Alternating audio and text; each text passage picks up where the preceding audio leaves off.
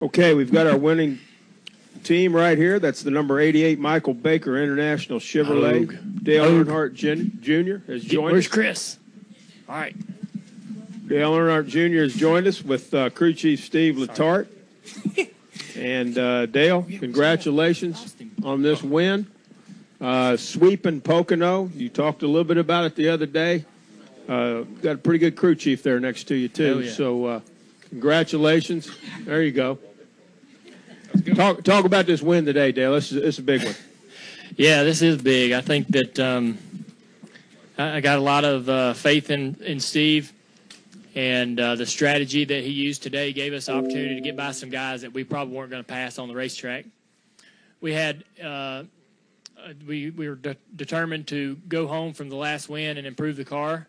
Steve and the guys went home and studied and improved the setup to where we would be faster. We got a little luck on the win last time with Keselowski having the debris, and we wanted to be in the driver's seat this go round with a faster car, and they did that. I could tell Saturday we had a great race car. Once we got to running there, about halfway through the race, I realized that the 24 and myself were pretty even, which is, it's great, and it sucks at the same time because we're teammates, got the same motors. We realize what each other's doing setup-wise and can lean on each other. But I guess that's great for Mr. Hendrick to have all his cars up there running up front. But Jeff was very, very strong, and we were going to have a very, very hard time passing him on the racetrack. We could run well or better than him at times, but passing that kind of a car with that kind of speed was going to be a challenge. And what it came down to was Steve's strategy. He pulled us on the pit road to about 4 laps short of our window to go ahead and put 4 tires on and fill it up. With the big wreck on the back straightaway that eliminated a lot of cars, we would have restarted behind. So he had confidence with us restarting just inside the top 10 that would give us the ability to do what he wanted. And what that was once the race restarted, we'd come down the pit road 4 laps later to fill up the car to get inside the fuel window. But all we'd need to put in it to get there was a gallon or 2, while the rest of the guys in front of us needed 4 tires and a full tank. So we were on pit road for 2 seconds in the box, and they were in their pit stalls for 12 to 14 seconds. And we were able to leapfrog those guys that way on the racetrack. And so we weren't technically leading the race when the caution came out, but we were ahead of the guys that had been hard to pass. So once we restarted, we had it was great to be able to restart 4th. The outside lane was obviously the best lane to be in on restarts toward the front. So we were in 4th place. We got by the 11 and I guess the 4 or 15 or whoever was up there, and fell in behind Biffle. And we have really great engines. We're even better than some of the other Chevys. So that helped me sort of set Biffle up and get by him. We had a great car, too. He got loose in 1 and 2 and couldn't get to the throttle, so we got a great run off of the corner and motored by him down the straightaway. And then the next restart, we had Kevin Harvick beside us, which was very tough. I knew he was going to be tough to get around, or to clear going into 1, and we didn't. So we just had to get in the gas hard and confident that the car would stick, and we were able to do that. And I think that was where the race was won. If he passes me there, he probably wins the race for sure, and vice versa. So we were able to clear him. But Steve did a great job, really, with his strategy to get us in that position. We're not in that position just on car alone. We had a fast car, and I drove a good race, but Steve's strategy gave us a chance to win. Thank you, Dale. And Steve, maybe expound on that a little bit, because that certainly was a big factor in today's win. Try expanding on it. I got a little more. Hold on, let's see. I mean, you get stickers. What's this? That's for wins. We need to get I got 3 nothing. Well, Yeah. I mean, that's kind of cold. Yeah, we need to work on that. Go ahead.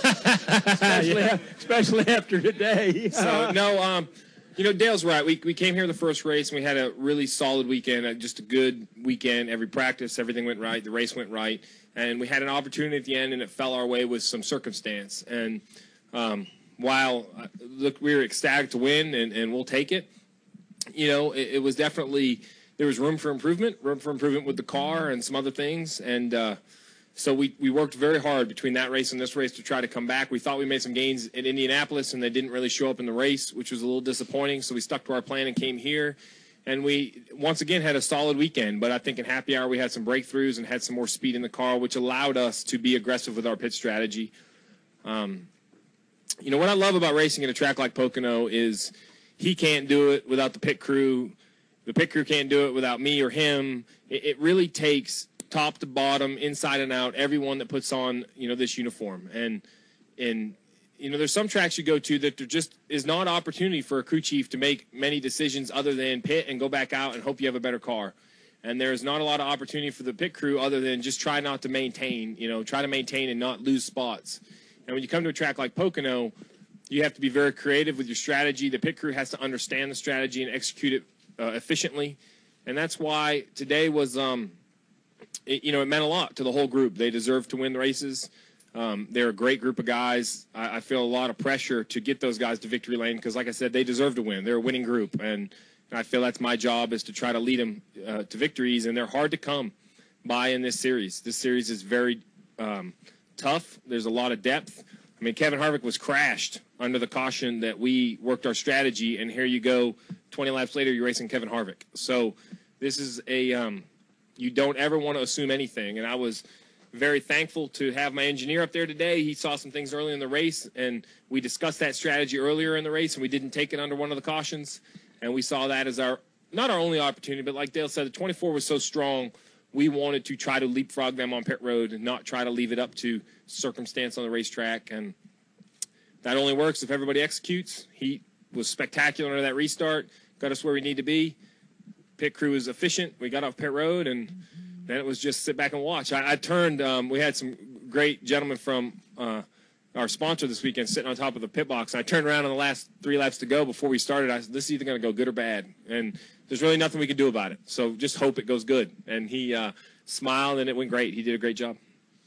Take questions now for either Dale or Steve. Start over here, this gentleman on the far left. And then we'll go here to my man here, and then we'll go to my gentleman right here.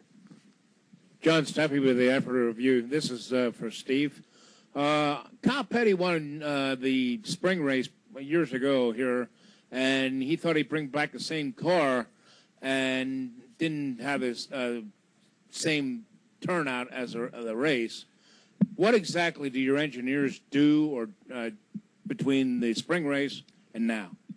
Well, you turn over every stone. I think one thing that everyone underestimates about Hendrick Motorsports is that we have some of the toughest competitors in the garage as our teammates. And that forces us to, like Dale said, you really have to look in the mirror and have a tough enough soul to admit that the people that are beating you or you're racing against have the same engines, they have the same cars, they have the same opportunity.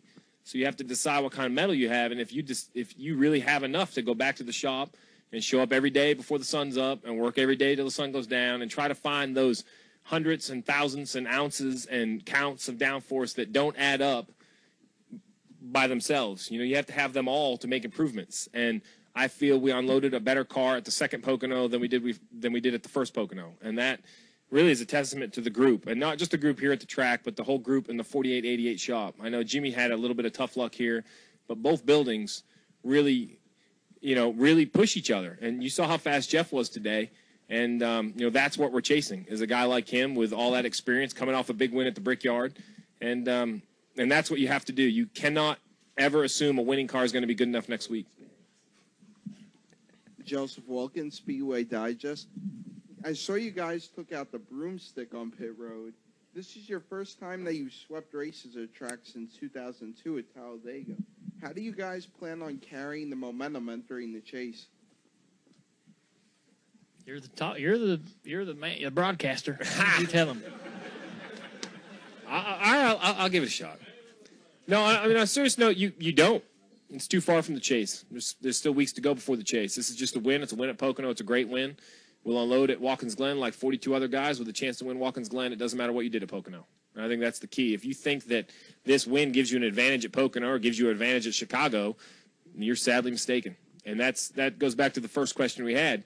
You have to leave every race like you weren't good enough even if you were. And if you have that mindset, you might have an opportunity to continue to improve and try to stay ahead. But the garage is full of great competitors, and the chase is going to be different than we've ever seen. And no one knows how it's going to be. We all have our predictions. We'll see who's right. Aaron Creed, frontstretch.com. You guys both already spoke quite a bit about how the varied strategies played a major factor today, and it has most of the season as well. Fix that. You want to take it home? Why you want to put it in there? Oh, I'm taking it with me, but I'm going to put it in for all the pictures. All the pictures. I want. Because someone's going to take a picture here, and I want it to be looking at that. All right.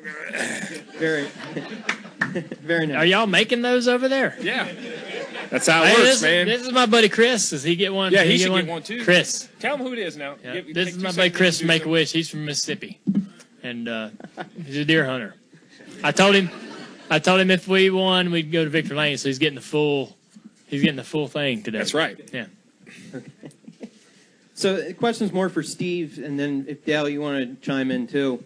In a way, is it ever increasing that strategy trumps speed when it comes to track position at the end of these races, and do you think it will going forward into the chase?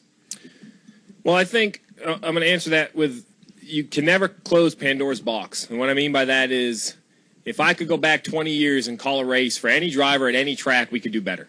And 20 years ago, we raced, and I go back and think of the races we won with Jeff and with Ray, and I was there the day we took 2 tires with Jeff at New Hampshire, and Jack Roush accused us of cheating, and we beat him on 2 tires, and that was just track position. That was the door kind of getting cracked open that, hey, you have to be quite a bit faster to pass me. Not just a little, quite a bit. And we just get smarter, and technology plays a part in it. This room plays a huge part into it. What the media does to cover these races, I can go back and analyze a race better than I ever could before because the coverage that you guys put out there is there's not a question mark of, well, how did that guy get there? You know every lap, every time he came down pit road, every bit of information. And as the car has evolved and we've gone to the COT, the rule book and the box has shrunk. And as that's shrunk, I just don't go home earlier. I just like, well, I can't work on it, so I go home at 3. I mean, that's not the plan. You think of how can I affect it, and we study tapes. And I have a great group. I couldn't do what I do on Sunday if it wasn't for Kevin Mendering and the engineers that do their tremendous amount of work to make the cars fast, which allows me to spend a tremendous amount of time on how the races fall. And then they wouldn't do what they do, and I couldn't do what I do if he didn't drive every lap 100%, whether it worked or didn't work. Last week in Indianapolis, we got caught by a caution, and the whole day got thrown into the garbage, and you would have never known it by the radio. He drove every single lap like we were the leader from that point forward, and we salvaged a top 10 finish. And days like that make today easier to gamble on an alternate pit strategy, because if it doesn't work, there's not going to be fingers pointed at the end of the day. There's going to be disappointment, which there should be, and then we move forward to Watkins Glen. All right, we'll go to Jim and then Candace. Jim Utter, Charlotte Observer. You guys left Daytona winning the next couple races. You finished second. I'm sure you were confident that more wins would be right around the corner. 4 months or so later, you got 2 more, and they're both at Pocono. Surprising or not? It is. Yeah. I'm not, winning is hard to do. These races are so hard to win. The cars have come so far in the competition of speed. It's amazing what you're out there up against.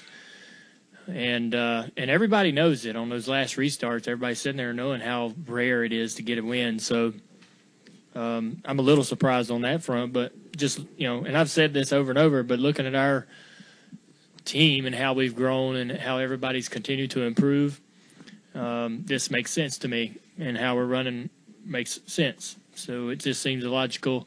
After last year, I thought, well, the only thing we're not doing is winning. We're doing everything else. We're running second. We're running well every week. So this year we've been winning and continuing to run consistent. We're understanding, even though the rules are changing, we're understanding what we're seeing and what we're needing. And that's one of the great things about it. As the rules and stuff have changed from year to year, we've been able to adapt really well. And we've came out of the gate just individually as our the 88 team. We've came out of the gate strong each season. So I've been so proud of that. There's little things that really don't get a lot of attention are the things that keep your confidence up and get the whole team fired up. So we went. I traded a Q&A this morning with the track to do to go play paintball yesterday with the team. Those guys really enjoyed that, and they came in here today fired up and ready to go. So I think that had something to do with it. And sore. Yeah. Just a wee bit sore. Yep. So a lot of funny stuff happened yesterday, but we enjoy being around each other and just the group. You hear it all the time, and I feel like it's kind of cliche to say, but this group really enjoys each other. We all have a vested personal interest in each other to be better, and we want to help each other, and we want to see each other, we want to see everybody happy. I mean, every individual you work with to try to make their day easier, try to make their job easier, try to help them be better at their job. We all do that for each other, and I think the team clicks on all cylinders. Candace Smith, drafting the circuits. I'm right over here, gentlemen, and for all three of you, so I'm going to go quickly. Right. First, Steve. Not really. It's better to be lucky than good. You guys have been all of it. You'll be gone, as we all know. So with your replacement, Greg Ives, is there any kind of a shadowing program, mentoring program, apprenticeship, or is this all he's got to figure it out on his own because you'll be gone? For Chris, why Dale Jr. today? Why did you want to spend your day with him? And for Dale, besides winning at Pocono Raceway, what are your simple joys? And that's it. Go ahead, man. I'll finish. Chris. Well, I'd have to say, he's a really good racer. I just thought it'd be a good thing to come up here and spend the day with him. And I'm glad that he took time out of his busy day to do this. So, thank you. Yeah, buddy. Appreciate that.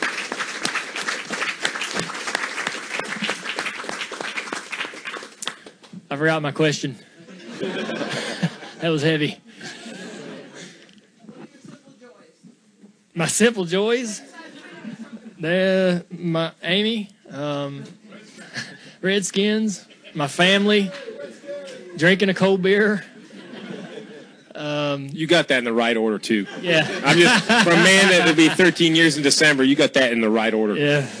There's a lot of them right now. I mean, everything about life right now has been great. And, I got my, professional life good and the personal life's doing good. So I've just learned and grown a lot in the last 4 or 5 years working with this group. And so it's been a big thing. Yep. I'll be quick. I think Greg is a remarkable talent. I think he's going to do a great job. I think he's going to make me look bad. He's going to do it. I mean, he really is. I think he's a really smart guy. I'll do whatever. Nothing's been discussed. Mr. Hendrick has a remarkable talent of matching drivers and crew chiefs. I think it goes without saying if you look at the record books. So I will embrace Greg any opportunity that they feel will help him for next year. But we all have to remember that Chase Elliott has a great opportunity to win a nationwide championship for junior motorsports. We have a great opportunity to win a championship or at least compete for a championship in the Chase with the 88 car. And with the season the way it is now, it's not required to come out at Daytona. You have a lot of opportunity to learn. A win will get you in the Chase. It's not a 36 weeks point season anymore. So a bad run at California doesn't put you behind. It's just one more race that's checked off. So the boss is the magician. I'll do whatever the boss tells me to do, and I'll do it happily. All right, we'll go up front. Chris and Dustin. Scott Walsh from the Scranton Times-Tribune. For Dale, this just to kind of expand on what you were talking a few minutes ago about team and togetherness and everything. In other sports, there are moments that teams maybe start feeling like, hey, this is a magical season. Are you, and maybe Steve, you can even talk a little about this too, are you starting to feel like this maybe could be a magical season, any kind of a championship season, even though it's still a long way off before the end of the year? Man, you don't want to start thinking too far ahead. We got to the tracks and the cars and the job we do is so technical. You really got to approach it one day at a time to be able to do it right and do it well. And the season's gone great. We typically finish well, finish strong. So I anticipate us to continue that. And when the Chase comes around, I think that the cars that we need will be there. The engineers will have their jobs done, and week in and week out, and Steve will have the information in front of him that he needs to be able to call the races. And the crew's done a great job. I mean, it's a long ways out. So, like I think Steve said it earlier, that you just kind of got to take it 1 week at a time. And there are some areas that we need to get better as a team and as a company, and we are working there in those areas and trying to understand where that magic's at for those particular events. So, we'll just keep working really hard. But I believe that when you make assumptions, you end up sort of tricking yourself. If you start to, count your chickens before they hatch, so to speak, you can kind of get yourself, you're not focusing on the task in front of you. So that's all we need to do. We just need to, think about what's going on tomorrow. What do we need to do tomorrow, and how do we do it as good as we can do it? Yeah, I mean, I dream of the Red Sox winning the World Series. I dream of the Patriots winning the Super Bowl. I don't dream of winning the championship. Hope is not a strategy. It doesn't get you there. Dreaming is not a strategy. It doesn't get you there. So I don't let anything like that, or try not to let anything like that distract us. Hard work is a strategy, and that's what we try to do. And Homestead is so far from now. You guys will print a different story after Watkins Glen, and that's real. That's real life. My dad told me the best advice he ever gave me as I was reading the sports page one day, and I was reading the front, and he told me to flip to the back, because all the small print in the back, that's the facts. That's really what happened. Everything else is just a story, and those were the results. And I think that's what we have to do, is continue to focus on the results, and the rest will come. But there's so much water to go under the bridge. We'll worry about Homestead. We got to worry about Chicago first. So, Chris Knight, CatchFest.com. Dale, you seem kind of bummed the last couple of weeks because the team or the car haven't been running right. And even today, you said you didn't have to get lucky this time to win here at Pocono. Is everything going back in the right direction for you guys? Yeah, we did hit a little bit of a slump, and some of it was circumstances, and some of it was, just us not being on top of our game. I think that there are some tracks that have thrown us a curveball, or some tracks we haven't quite understood the way we need to, like New Hampshire. But we had some trouble at Daytona, but ended up with salvaging a finish there. But the statistics didn't look all that great, but I wasn't getting too worried. And like I said, I feel like that we tend to start very strong and end very strong. So I've had that sort of in the back of my mind and in my back pocket, that we typically have everything grouped and prepared and situated for the chase, and that may take away from the weeks leading up to it. So that seems to be what happens at times, is we really focus on getting the cars right and getting everything, every duck in the row for Chicago and for all the tracks after that, so we can finish as strong as possible. We sort of science out what cars are working and what aren't, and Steve can elaborate on all that. But and there's some road course races mixed into the summer, which aren't really my cup of tea. So we reserve ourselves to understand that maybe we might not have the greatest stretch of races in the summer due to a couple of them road courses and maybe a little rough patch here and there. But we I knew coming in this weekend we should be strong. We were strong before, and we had made the car better from the last race. So I anticipated having a good weekend, and I was relatively relaxed going into it. So you just take each track like you can. I'll be nervous as hell going to New Hampshire. We were not good there, not good at all. And so I'll be on pins and needles going into that race, and we'll have to go through Friday and Saturday to sort of build that confidence and understand where our speed is, and try to make sure we do a better job than we did there in the past. So I don't think we're on roller skates from here on out. We got some things to handle. Steve, you've seen Dale get upset when things aren't going well, but he's also shown some signs of getting upset when things are going well, because he feels like they could be going better. Is that just a sign of how well he's progressed? I think it's great. I think it's been our goal for 4 years to be disappointed with a top 10. to consistently perform to the point that we have higher expectations than where we started. I think that's continued. We started in 2011. I remember that Las Vegas race like it was yesterday. The call was 2 tires. We took 4 just to be solid, ran like 7th, and our ride to the airport, you would have thought we won for everyone involved. And that was a step in the right direction. And then we moved to Martinsville and had a chance at winning, and we're not good enough and get past at the finish. We go to Charlotte, gamble on some fuel. It doesn't work out. And there's so many opportunities there that it's not just him and I. The group that we have has been very consistent. It's the same group of guys. And I think we've spent 4 years losing together, and you learn a lot by losses. And I think that's what we've learned. And frustration is a sign of success. To be frustrated when you're not the best is how you have to be. You have to be. I've learned a lot from Chad, and people pick on Chad, and he's intense, and he might not be the most polite guy, but can no one ever question his determination to win? And I think that's something we've learned from him. And I have. I shouldn't speak for Dale. I have. And, that's where we want to be. And so to be frustrated when we go through that little lull is great, because it's not an ugly frustration. It's not unproductive. We still go about and do our business. It's just honest, and that's what you get when you ask the questions, is some honest answers. Dustin Long, MRN.com. Dale, when you have the speed that you've had, and more so than just about anybody else, what does that allow you to do in the car? How does that allow you to do things maybe a little bit differently when you don't have the speed? And also, what kind of responsibility is that on your shoulders when it's, the car's good enough and it's up to you? You better be able to produce. Yeah. It's not a bad spot to be in, but definitely the pressure's on that last restart when you got Kevin lined up beside you. And I just had to – I knew how confident Kevin was going to be going into turn 1, and I had to have that same confidence in my car. And it was, earlier in the race on restarts, you don't really have to press that issue. All you need to do is be smart and get a great run off of 2 and catch some guys that didn't.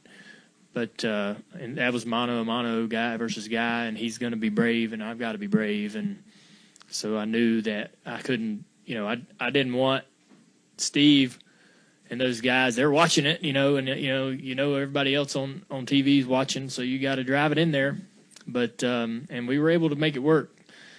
I was so happy to hear TJ clearing, but and I know I disappointed Steve on those last laps driving into turn 1 over my head, and I knew I was doing it. And I told myself the next lap I wasn't, but I kept on doing it. But it's just hard. I was on the chip. I knew I had the tunnel turn in turn 3 figured out, though, so that was a good thing. When you're in the car and it's not working, you just carry a lot of frustration, and you're just biting your tongue, trying not to be a fool on the radio. Everybody in the pits and on the box is trying to help you, and they're the only ones that really you can complain to. So you really have to choose your words. And that's something I learned over the years is before, I've done it where you beat on those guys and they don't want to help you anymore. And so you just gotta wait, and they're going to try to help you when they get the opportunity. And you got to be patient and wait for that pit stop or wait for that chance to come on pit road for them to adjust. And when they don't, there's a time today where we were communicating, but I wasn't actively seeking an adjustment and actively seeking for huge help on the handle. And I was talking about the car being a little bit tighter on the end of a long run, and I think Steve loosened the car up, and it was way damn loose when I got going again. And I think 10 years ago I would have screamed, "What the hell are you doing? You're loosening me up too much. Why are y'all don't quit, stop, quit making such big adjustments." But they're just helping. They're just trying to help. They're trying to get the car better. And so, in that moment, you got to stop and say, you just got to drive it. Maybe we went a little too far. We can take it back out to be patient. And that's because you can do that now because these cars are so good. Even when they're really loose, you're still a top 5 car. But, in years past, I probably was a little bit immature about how I'd handle those situations. So I've grown up a lot. And when we're running good, all the little problems are gone, and all the big problems are now little problems. And we just want to be able to keep it going. We got a great team and a great thing going, and Steve's done a good job getting us to this point. he sort of runs the whole thing. So just going to keep trying to do a good job. We'll win some more races. All right, we'll go to Kelly, up front to Steve, and then back behind Dustin. Kelly Crandall from Popular Speed. Dale, you kind of touched on it before with your personal life, your professional life. So much is made of your highs and lows. So is this one of the, if not the best year when you bleed together personally and professionally? Yeah, I think so. I've never been as close to my team. The relationships that me and Steve and Jason Burdett and Kevin Manner and all the guys on the team have, Adam, everybody, I've never had the relationships this well. I was really close to the guys on the 8 team. Obviously, a lot of those guys are family, and still have great relationships with them. But I think I'm smarter about my friendships now, and when I was younger, it was more about how can this help me, or it was less. I was not as concerned about helping them, and being their friend as I was about them being my friend.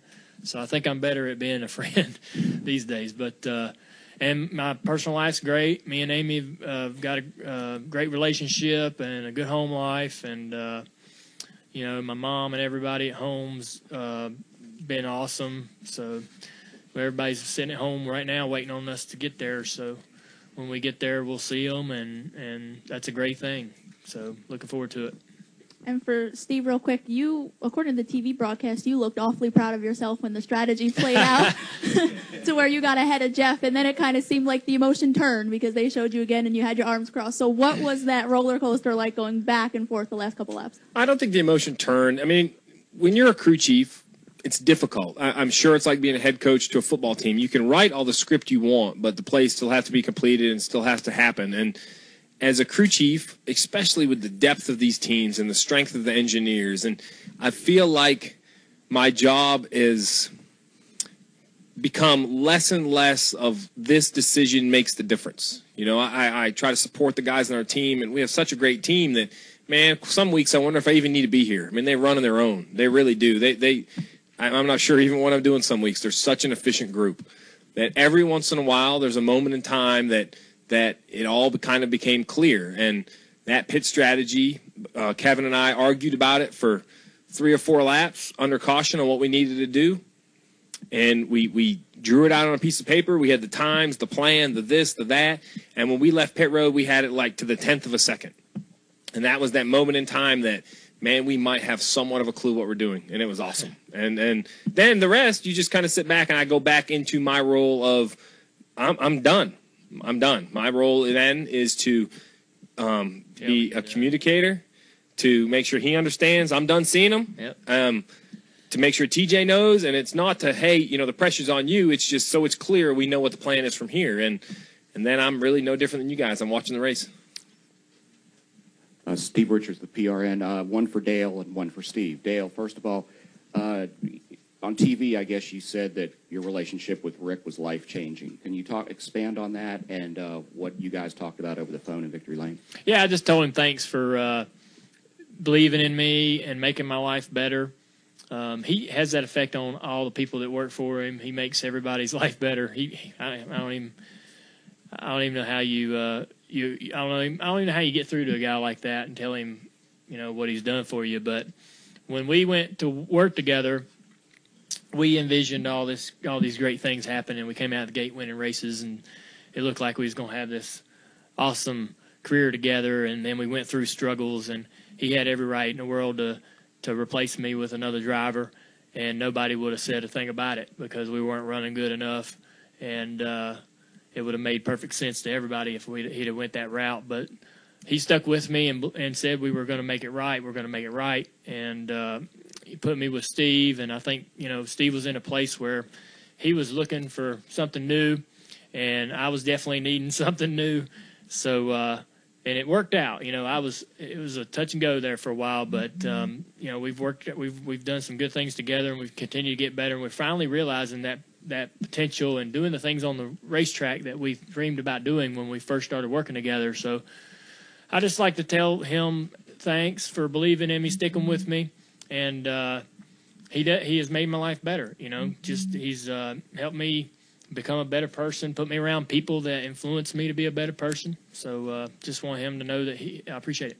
Did you think Rick was going to fire you? There was never a day where I thought he was going to fire me, but he had every right. And I don't think anybody in this room or in the garage would have thought much of it or been surprised. We just weren't running good. And I know that you got it's funny how short the memory is in this garage and in this building, because things were bad.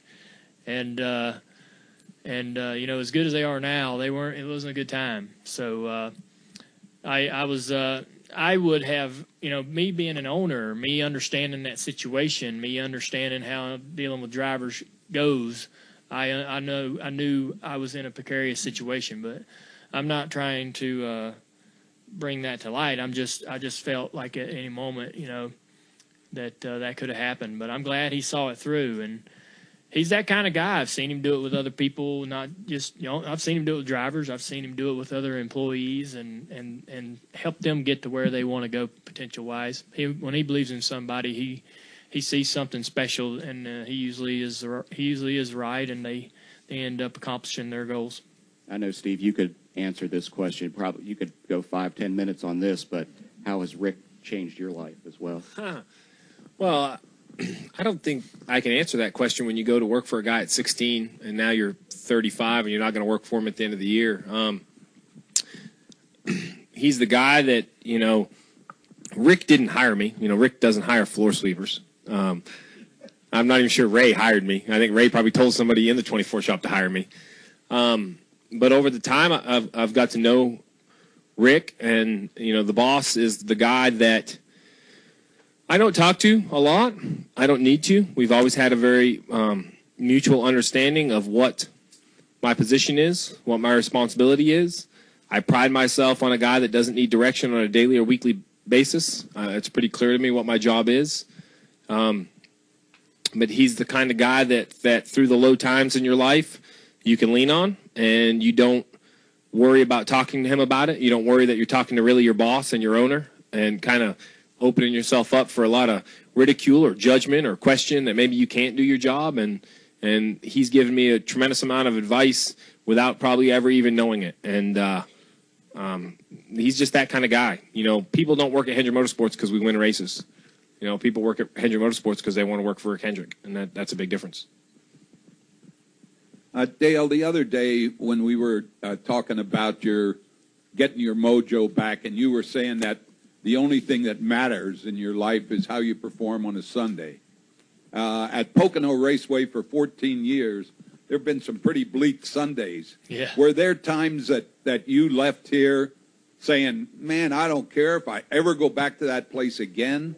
And, you know, how has that changed? And just that little deal. Yeah, I probably said that at a lot of racetracks, but I'll be honest with you. This was a very tough track when we first started coming here. And, you know, just in the last, you know, since the repave, since Brandon's grabbed the reins, I was telling him, I was earlier in Victor Lane, that I was grateful for his passion, for what he's doing, how he's taken control of the racetrack and the improvements that he's made, and just his passion for the speedway. And he's raised this place up. You know, it was one of the tougher places to come to on the schedule, for lack of a better way to explain it. But he's made this place, and I know it's easy to say that after winning 2 races here this year, but he's made this a fun stop. And he doubled that by sending us out to the paintball course this weekend. But he's made this a really enjoyable place to come race at. And I think it's because of the hospitality. It's because of the updates to the track itself. And it's just his family's passion, but his personal passion for what goes on here. You can see that it matters. And he's very personable. He talks to everybody. That means a lot. So, yeah, I've really enjoyed coming here now. I did not like coming here when we first – I didn't care whether we run good or bad. It just wasn't one of my favorite stops. And in the last 4 years, it's changed a lot for me, and I think that's the case for a lot of people. But it's a fun racetrack because of the odd corners, and obviously, it's got some long straightaways, and we have some great engine, got a great motor program at Hendrick, and we get to flex our muscle here at places like this. But, it can be tough, and we have had some hard days here. But in the last, I think somebody told me today in Victory Lane that in the first 20 in the first 20 races I came here, we had 6 top 10s. And since in the last 8 that me and Steve have come here, we've had 7. So, I think the repave had a lot to do with it. Me and Steve really adapted to that. And I think I've had some great cars here. And when a driver gets a great car, he knows from there on what he's looking for. So it's been easy for me to communicate with Steve at this particular place to help him understand what he needs to do to the car. And we usually can really improve the car throughout the weekend. There's some tracks that's hard to do that. All right, we'll go to Nate and then finish up front. Nate Ryan, USA Sports. When the announcement of Greg Ives was made on Wednesday, one of the reasons that Doug Ducart said they wanted to do it was to put everybody at ease. You guys obviously just won, so you're loose, you're comfortable. But it does seem like, Dale, it seemed like on Friday there was a little bit of a different vibe from you. Was the mood different from the team this weekend at all, knowing that, 2015 and beyond is set? Yeah, Steve can probably tell you better than I can. I can't get a real gauge on everybody. Those guys are, not the easiest bunch to read. But that'll kind of be understood over time. I think, I hate to speak for them because I don't really know their thoughts, but I would assume that they all love how we are, and they don't want anything to change. And that's the way I feel. And I'm pretty sure I can convince Greg that that's the way it needs to be. And I don't think that he would want to come in here and change everything or anything because it's going so well. Who wouldn't want to just jump on top of this thing and keep on digging just as it is because it's working. But I think that's probably the concern of any team when there comes a new crew chief is that what's he going to come in here and change? Because he's not going to want to do it like the other guy did it. He's going to want to put his stamp on it. And what's that mean to me and my job and my position? And so I hope those guys can rest easy and know that they're all valued. So, well, I think the timing was spectacular. I think it really helps. It eased the guys because in the end, the way Hendrick Motorsports works, and I can't speak to other race teams. I've never worked anywhere else. The crew chief's responsible. He's responsible for his car. He's responsible for his team. So while it's great to say you're running well and winning races and this and that, this is how they all make a living. And they all have wives and children and responsibility. And when there's a change with the guy who does the hiring, there has to be some question mark on what else is going to change. And as much as we love working with Dale, he works for Rick too.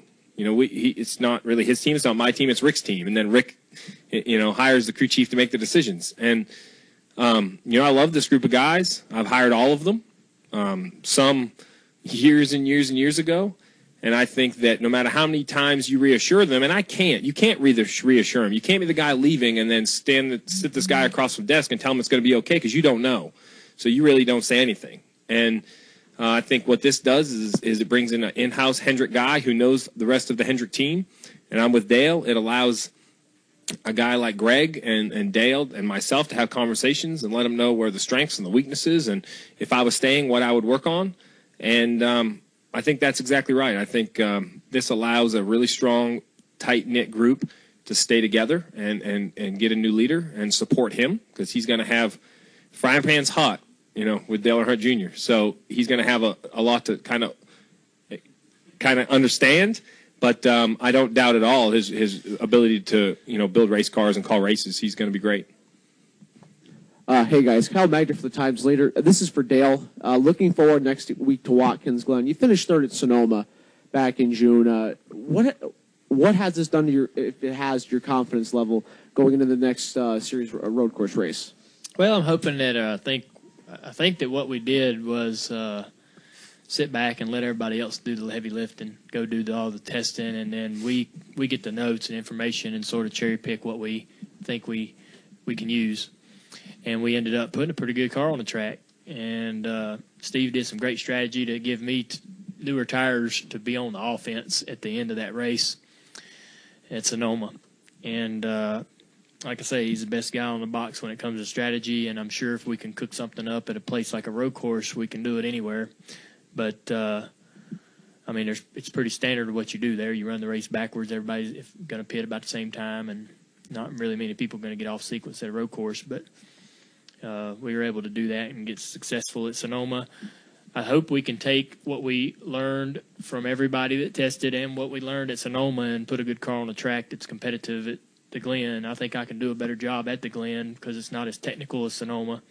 And so I think I'll be more confident in myself and what I'm doing in the car to be able to request what I think the car needs and how it can improve. So when we're at Sonoma, it's really just change something. I don't know what we need to do, but just change something. We'll see how it works. But at the Glen, I can give Steve a little more help. And,